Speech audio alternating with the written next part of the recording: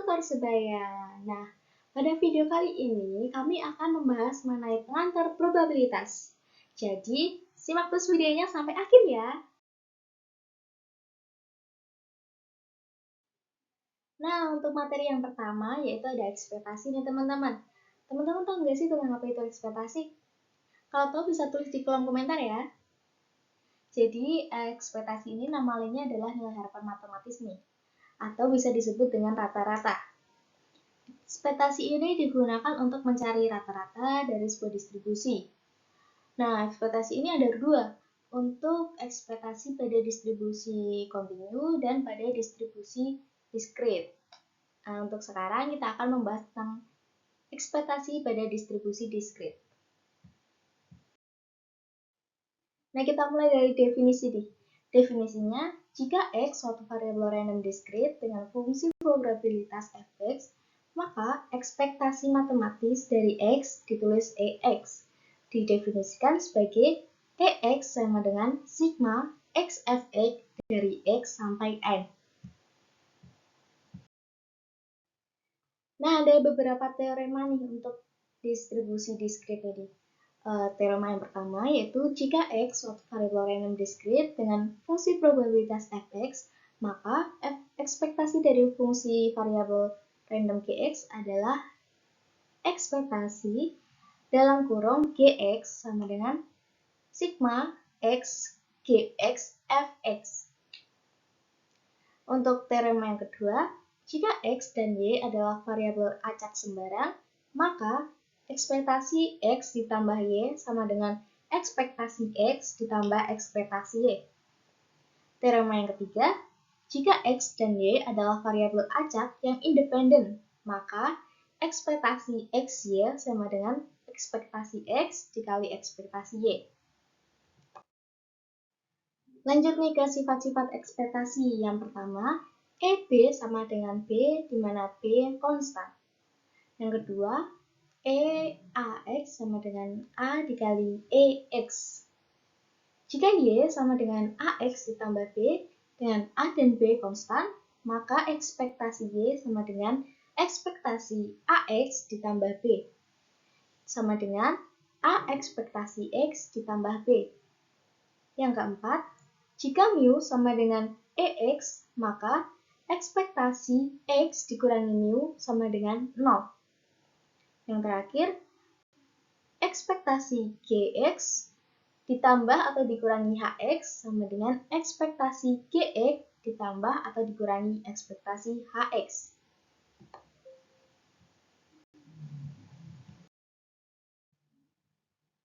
Untuk contoh yang pertama nih, tabel berikut menyajikan distribusi peluang dari munculnya sebuah angka pada pelemparan sebuah koin sebanyak 4 kali. Nah, tentukan nilai harapan munculnya angka tersebut. Nah, untuk penyelesaiannya nih, yang dicari adalah ekspektasi dari X. X itu dimana munculnya angka ya teman-teman. Nah, berdasarkan tabel ini kan ada 4 kali pelemparan, dimana sudah diketahui fungsinya.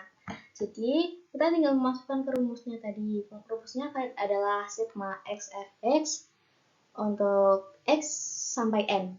Nah, x-nya ada mulai dari 1 nih sampai 4. Jadi, kita masukkan dari 1 sampai 4. Lanjut, kita masukkan nilai x dan fx-nya berdasarkan tabel tadi. Untuk x-nya 1, fx-nya adalah 1/4. Untuk x-nya 2, fx-nya adalah 3/8. Untuk x-nya 3, fx-nya adalah 1/4. Dan untuk x-nya 4, fx-nya adalah 1/16. Nah, kita kalikan yang dikurung ini, lalu kita jumlah, diperoleh 8/4. Dimana 8/4 itu adalah 2. Jadi, nilai harapan muncul angka pada koin tersebut adalah 2. Gimana? Mudah kan?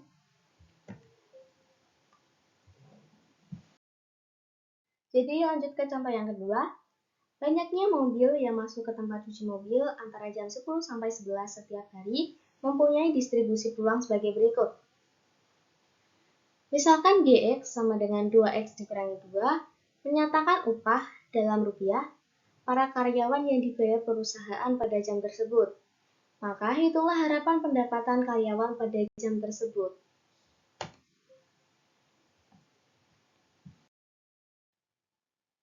Nah, untuk penyelesaiannya nih, diketahui GX sama dengan 2X kurangi 2. Nah, ditanya adalah harapan pendapatan karyawan pada jam tersebut, di mana itu adalah ekspektasi dari GX.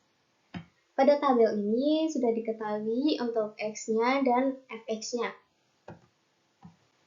Kita masukkan rumusnya sesuai teorema sebelumnya tadi ya, di mana ekspektasi GX sama dengan ekspektasi dari GX tersebut, yaitu 2X dikurangi 2. Di mana rumus ekspektasi adalah sigma GX kali Fx dari X sampai N. Kita masukkan X-nya adalah 4, karena dari batas bawahnya ini adalah 4. Lalu N-nya adalah 9. Lalu tinggal kita masukkan nih untuk GX-nya dan Fx-nya. Nah, kita masukkan nilai X-nya itu ke GX ya teman-teman, satu-satu. Dari X-nya 4, kita masukkan ke GX-nya, di mana 2X dikurangi 2, X-nya kita ganti 4, diperoleh 6. Nah, 6 dikali Fx-nya yaitu 1/2, dan seterusnya sampai untuk X yang ke-9, yaitu 2 dikali 9 dikurangi 2, diperoleh 16, untuk Fx-nya adalah 1/6. Kita jumlahkan, lalu diperoleh 1/2 ditambah 2/3 ditambah 5/2 ditambah 3 ditambah 7/3 ditambah 8/3. Diperoleh 35/3. Di mana 35/3 ini kalau kita sederhanakan adalah 11,6. Jadi diperoleh harapan pendapatan karyawan pada jam tersebut adalah 11,6. Gimana? Mudah kan?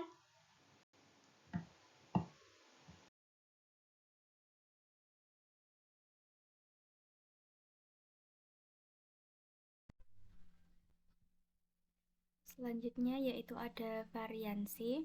Definisi dari variansi yaitu misalkan X berubah acak, maka varians untuk berubah acak X dinyatakan dengan Vx dan didefinisikan sebagai Vx sama dengan X kurangi mu dikuadratkan, atau bisa juga ditulis dengan Vx sama dengan atau ekspektasi dari X dikurangi ekspektasi X dikuadratkan. Varians ini gunanya yaitu untuk mengukur variasi nilai-nilai X terhadap rata-ratanya. Nah, cara lain untuk mencari varians yaitu dengan dalil yang dimana berbunyi Vx sama dengan ekspektasi X kuadrat dikurangi ekspektasi X dikuadratkan. Buktinya yaitu menggunakan berdasarkan definisi, Vx itu kan sama dengan X dikurangi X dikuadratkan.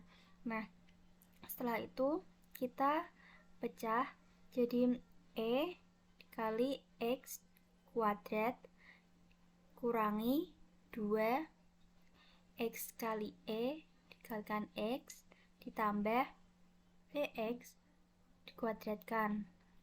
Setelah itu kita punya X kuadrat dikurangi 2x dikali X ditambah X kuadrat diperoleh X kuadrat dikurangi 2x dikali X ditambah X kuadrat sama dengan X kuadrat dikurangi 2x kuadrat ditambah X dikuadratkan. Setelah itu diperoleh X kuadrat dikurangi X dikuadratkan.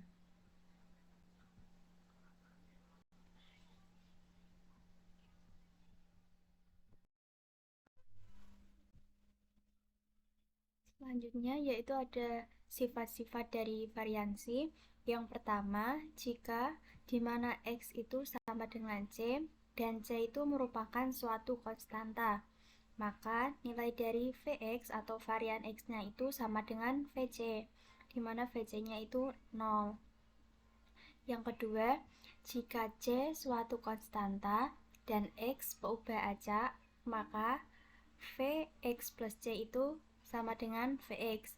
Dari sifat yang pertama tadi, kita kan punya Vc itu sama dengan 0. Maka ini bisa disederhanakan, ini jadi Vx ditambah Vc. Vx itu Vx dan Vc-nya itu 0. Jadi kita punya Vx plus C itu sama dengan Vx. Terus yang ketiga, jika C suatu konstanta dan X berubah acak, maka nilai dari Vcx itu sama dengan C kuadrat dikali Vx.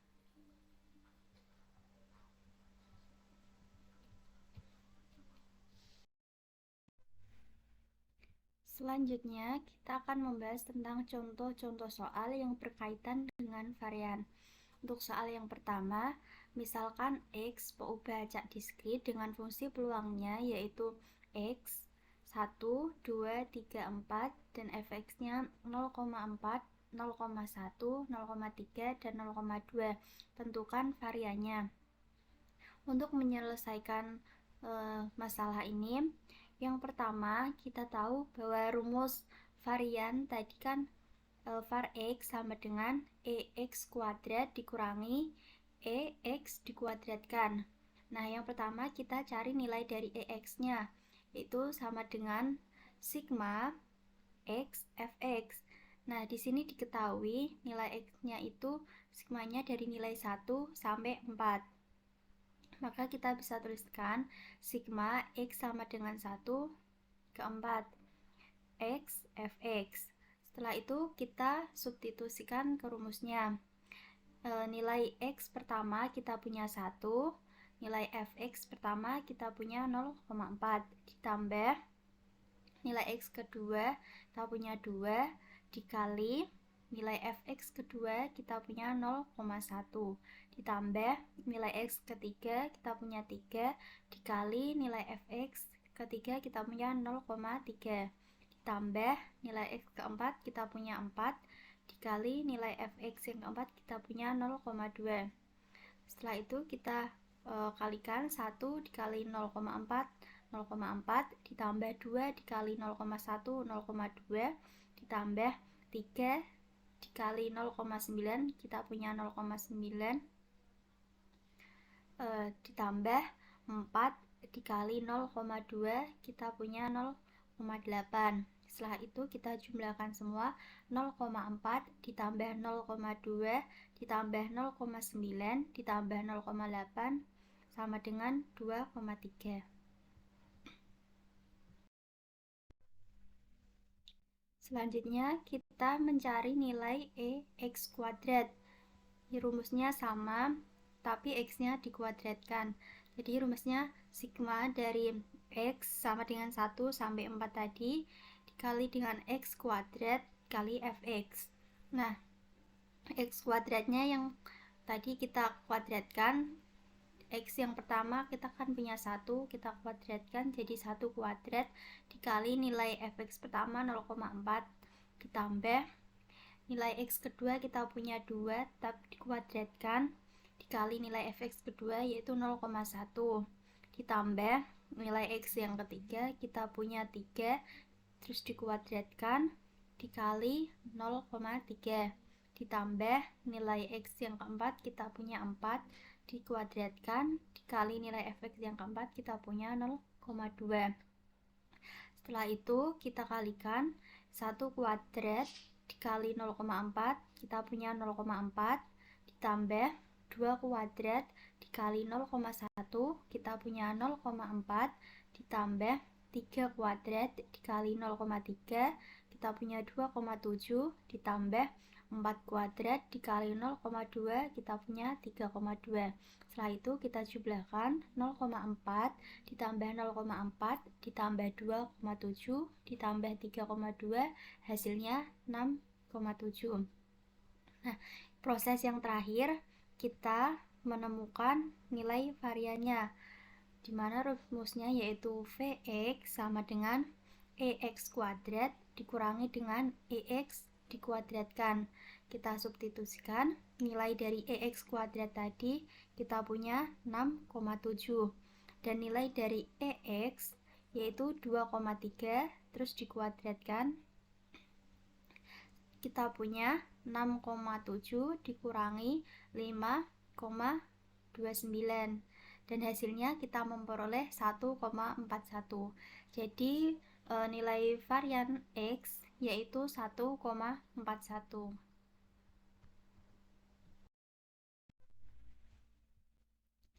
Selanjutnya yang kedua, kita mempunyai soal yang berkaitan dengan variabel acak kontinu. Soalnya, misalkan X adalah variabel acak kontinu dengan fungsi peluang fx sama dengan 3x kuadrat jika 0 kurang dari x kurang dari 1. Tentukan varian dari x. Nah, solusinya sama seperti yang soal pertama tadi, tapi ini tuh variabel acak kontinu. Jadi menggunakan integral. Untuk solusi yang pertama, kita cari nilai dari EX-nya dulu. Nilai dari EX itu sama dengan integral. Ini batasnya dari 0, 1. Maka kita punya integral 0 sampai 1 X kali Fx. Setelah itu kita substitusikan integral 0 sampai 1. Nilai X-nya kan belum ada, jadi kita X dikali nilai Fx-nya kita punya 3x kuadrat, jadi X dikali 3x kuadrat dx. Setelah itu kita cari turunan dari integral 0 sampai 1 X 3x kuadrat. Kita punya 3/4 X dipangkatkan 4. Dari hasil turunannya ini kita substitusikan ini nilai batasnya ini dari 0 sampai 1. Yang pertama kita kan punya 3/4 dikali 1 dikali 4 kita punya 3/4. Habis itu dikurangi 3/4 dikali 0 pangkat 4 kan hasilnya 0. Maka 3/4 dikurangi 0 kita mendapatkan hasilnya 3/4. Yang selanjutnya kita cari nilai dari EX kuadrat. Nilai dari EX kuadrat itu sama dengan integral 0 sampai 1 X kuadrat kali Fx. Nah, sama dengan integral 0 sampai 1 X kuadrat dikali dengan nilai Fx-nya 3x kuadrat dx. Setelah itu kita cari turunannya. Turunan dari x kuadrat dikali 3x kuadrat kita mendapatkan hasil 3/5 x pangkat 5. Nah, dari hasil turunannya ini kita substitusikan ke pembatasnya, itu 1 dan 0. Jadi kita punya 3/5, X-nya kita substitusikan 1, ini 1 pangkat 5, 1 dikali 3/5 kita punya 3/5 dikurangi 3/5 dikali X-nya yang kedua itu pembatas yang kedua itu 0 pangkat 5 itu 0 kali 3/5 hasilnya 0. Jadi 3/5 dikurangi 0 hasilnya 3/5. Setelah nilai EX dan EX kuadrat ketemu, kita baru bisa mencari variannya. Nilai rumus varian sendiri tadi EX kuadrat dikurangi EX dikuadratkan. Nah, kita punya nilai dari EX kuadrat sama dengan 3/5 dikurangi nilai dari X-nya EX kita punya 3/4 terus dikuadratkan. Kita punya 3/5 dikurangi 3/4 kuadrat itu sama dengan 9/16. Maka kita peroleh hasilnya yaitu 3/80. Jadi nilai varian X dengan fungsi peluang fx sama dengan 3x kuadrat jika 0 kurang dari x kurang dari 1 yaitu 3/80. 80.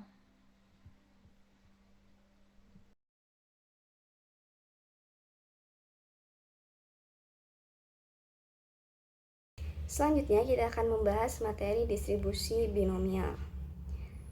Apa itu distribusi binomial? Yaitu suatu eksperimen yang hanya menghasilkan dua peristiwa, yaitu peristiwa sukses atau dilambangkan dengan S dan peristiwa gagal yang dilambangkan dengan G. Contoh lainnya dari eksperimen yang hanya menghasilkan dua peristiwa itu adalah eksperimen pelemparan sebuah koin, karena hanya akan menghasilkan dua peristiwa, yaitu angka dan gambar. Selanjutnya, peluang terjadinya peristiwa S atau sukses dilambangkan dengan P dalam kurung S sebesar P kecil, dan peluang terjadinya peristiwa G atau gagal dilambangkan dengan P dalam kurung G sebesar 1 min P. Kenapa 1 min P? Karena peluang dari dua peristiwa yang terjadi ini kan jumlahnya 1. Jadi ketika salah satu peluang atau dalam hal ini peluang suksesnya itu kita lambangkan dengan P kecil, maka peluang peristiwa satunya lagi atau peristiwa gagal itu adalah 1 dikurangi P. Selanjutnya, eksperimen ini diulang sampai N kali secara bebas. Dari N kali pengulangan itu, peristiwa S atau sukses terjadi sebanyak X kali, dan sisanya atau peristiwa gagal berarti N dikurangi X kali. Nah, sekarang apa saja sih syarat-syarat atau sifat-sifat yang harus dipenuhi oleh suatu eksperimen agar eksperimen tersebut dikatakan mengikuti distribusi binomial?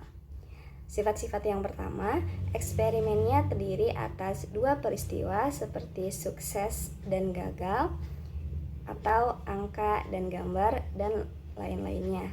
Yang kedua, eksperimennya diulang beberapa kali dan ditentukan banyak pengulangannya.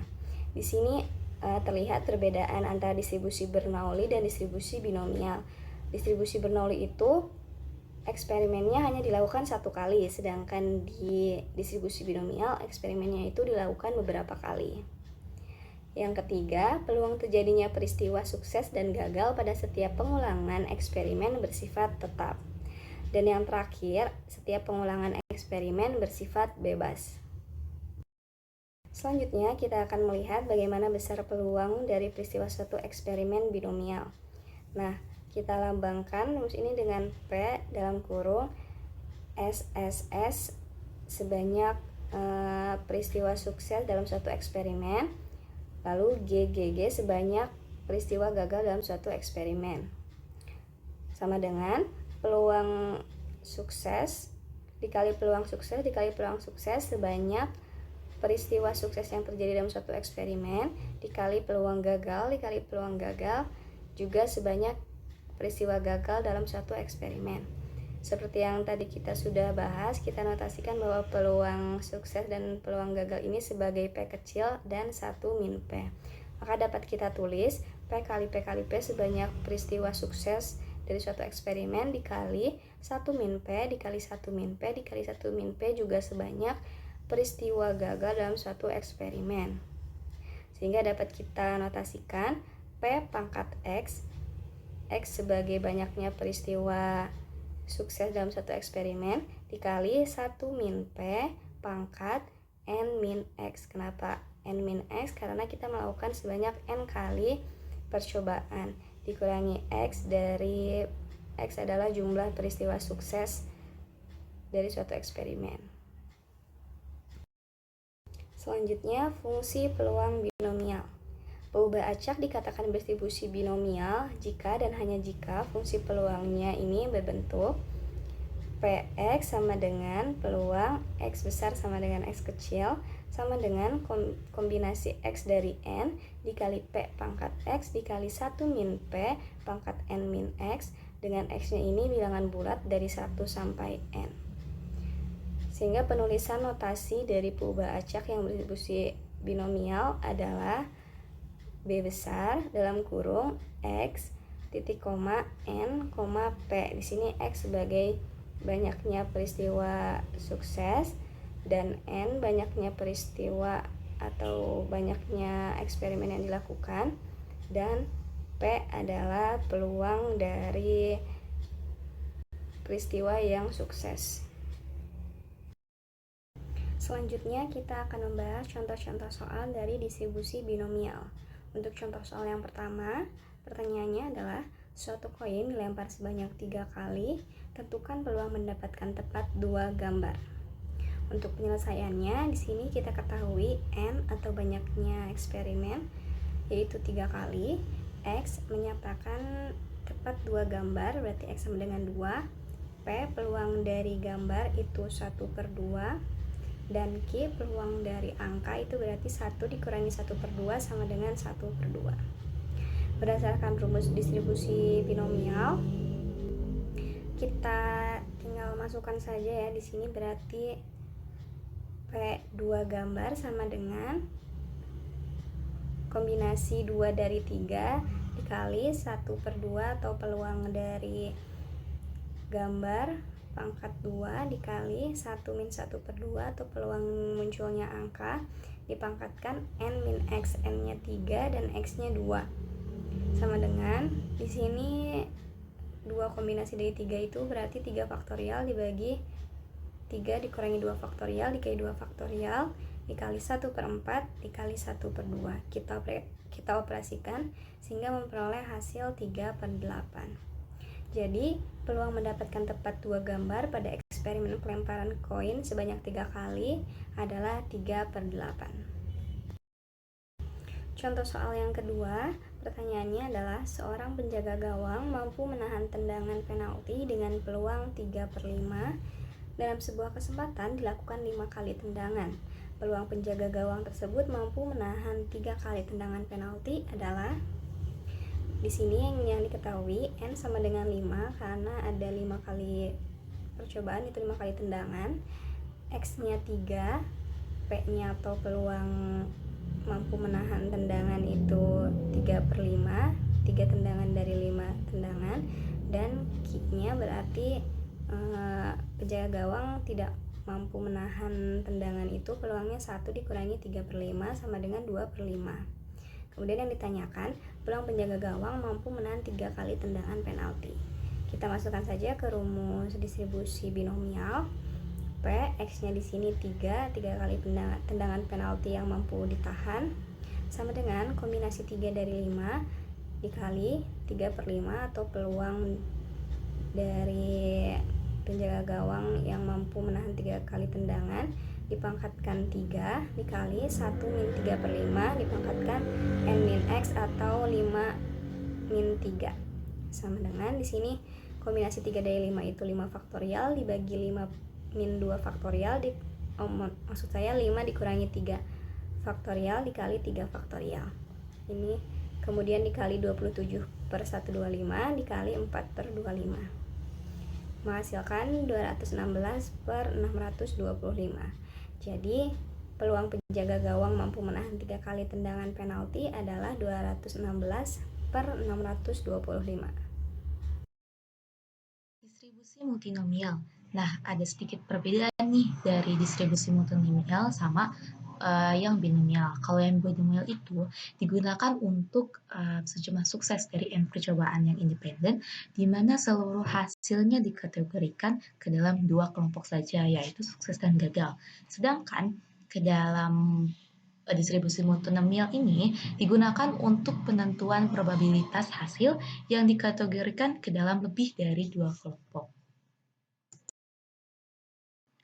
Misalkan sebuah percobaan menghasilkan K macam hasil, yaitu E1, E2, sampai dengan EK dengan peluang masing-masing P sama dengan P1, P2, P3, sampai dengan PK, maka distribusi peluang dari variabel random X, X1, X2, sampai dengan XK yang menggambarkan jumlah kemunculan E1, E2, E3, sampai dengan EK dalam N pencobaan.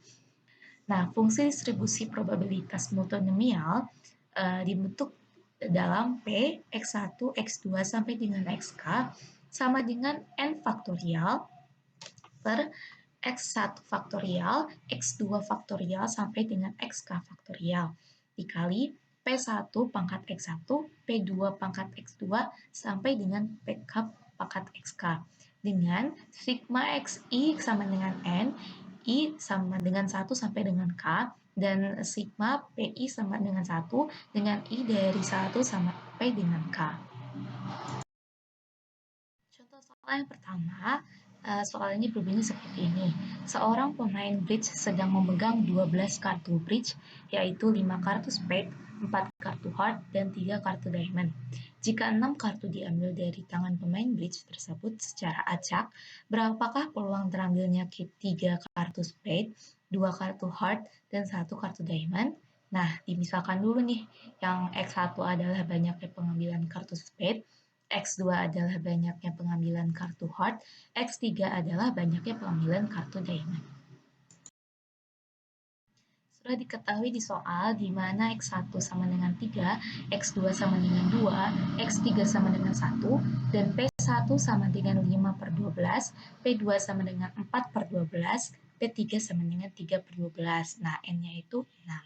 Sehingga dimasukkan ke dalam rumus F321 itu sama dengan 6 faktorial per 3 faktorial kali 2 faktorial kali 1 faktorial dikali 5 per 12 pangkat 3, 4 per 12 pangkat 2, 3 per 12 pangkat 1. Maka dijabarkan 1 per 1 faktorialnya dan dipangkatkan. Maka hasilnya akan 60 dikali 125 per 1728 dikali 1 per 9 kali 1 per 4, maka hasilnya 0,1206. Maka peluang terambilnya 3 kartu spade, 2 kartu heart, dan 1 kartu diamond adalah 0,1206. Contoh soal yang kedua, bunyi soalnya seperti ini. Proses pembuatan kue bolu yang melibatkan banyak pekerja dan proses tersebut berulang-ulang. Pada pemeriksaan terakhir, terdapat 85% produksi bagus, 10% kurang bagus tapi masih layak jual, dan sisanya tidak bagus atau tidak layak jual. Jika diambil secara acak 4 kue bolu, tentukan peluang mendapat kue bolu sebanyak 1 buah, kue bolu kurang bagus 2 buah, dan kue bolu yang tidak layak jual 1 buah. Nah, seperti yang sebelumnya, dimisalkan terlebih dahulu. Misalkan X1 adalah banyaknya kue bolu yang bagus, X2 adalah banyaknya kue bolu yang kurang bagus, dan X3 adalah banyaknya kue bolu yang tidak bagus atau tidak layak jual. Sudah ditentukan dalam soal di mana X1 itu 1, X2 2, dan X3 1. Dan P1 itu 85%, P2 10%, P3 5%, dan N-nya itu sama dengan 4. Sehingga tinggal dimasukkan ke dalam rumusnya, F121 sama dengan 4 faktorial per 2 faktorial kali 2 faktorial kali 1 faktorial dikali 0,85 pangkat 1, 0,1 pangkat 2, 0,05 pangkat 1. Maka dijabarkan seperti sebelumnya, maka akan menghasilkan sama dengan 0,0051. Jadi, peluang mendapat kue bolu bagus sebanyak 1 buah, kue bolu kurang bagus 2 buah, dan kue bolu yang tidak layak jual 1 buah saat pengambilan acak 4 kue bolu adalah 0,0051. Nah, itu tadi video dari kami. Gimana? Seru bukan teman-teman?